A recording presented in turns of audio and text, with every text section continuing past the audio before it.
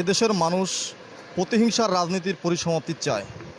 কেননা প্রতিহিংসার রাজনীতিতে সবচেয়ে বেশি ক্ষতিগ্রস্ত হয় সাধারণ মানুষ। প্রতিদ্বন্দ্বিতার নামে রাজনৈতিক দলগুলোর মধ্যে আন্দোলন, সংঘর্ষ, কর্মবিরতির ফলে অর্থনীতি স্থবির হয়ে পড়ে, শিক্ষার পরিবেশ বিঘ্নিত হয়, আইন শৃঙ্খলার পরিস্থিতির অবনতি ঘটে, যেটা খুবই দুঃখজনক। আমার কথা হচ্ছে, রাজনীতি জনগণের সেবার জন্য, কিন্তু সেখানে যদি জনগণের প্রাণী না থাকে তাহলে তো সে রাজনীতির কোনো মানেই থাকে না। আপনি দেখবেন, রাজনীতি এমনই একটা জিনিস যেখানে মানুষ আসে সমাজের সেবা করতে, অথচ দেখা গেলে আমাদের দেশে অনেক হত্যার ঘটনা ঘটে, অনেক রাহাজানির ঘটনা ঘটে, কিন্তু রাজনীতি করতে এসেই এসবের শিকার হয়। রাজনীতিতে এসে যদি মানুষের একটা প্রাণী না থাকে তাহলে তো সেই রাজনীতির কোনো মূল্য নেই। আর আমার কথা হচ্ছে, একটি মানুষকে হত্যা করা শুধু একটি প্রাণী নয়, বরং তার পুরো পরিবারটাকে ধ্বংস করা।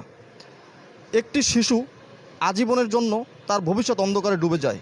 একটি মা সারা জীবনের জন্য কান্না বুকে নিয়ে বেড়ায়। অথচ একটি মানুষ হত্যার যদি না হয়, সে যদি সমাজে বেঁচে থাকে, তাহলে সে হয় বাংলাদেশে কোনো কর্ম করুক অথবা বিশ্বের বহির্ভূত রাষ্ট্রে কোনো কর্ম করুক, সেটা বাংলাদেশের একটা অর্থনৈতিক আয়ের প্রবৃদ্ধি হয়ে দাঁড়ায়, যে আয় থেকে বাংলাদেশ বঞ্চিত হয়।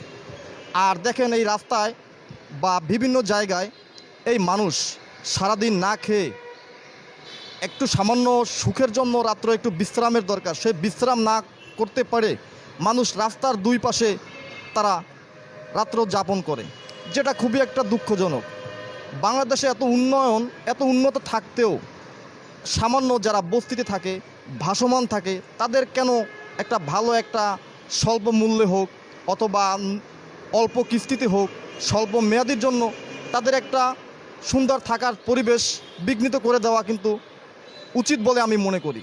না হলে বাংলাদেশের যে একটা উন্নয়ন, সে উন্নয়নের গল্প তো সম্পূর্ণ অর্থহীন হবে যদি এই ভাসমান যারা রয়েছে এবং রাস্তার পাশে যারা থাকে তাদের যদি থাকার কোনো ব্যবস্থা করে না দেওয়া হয়।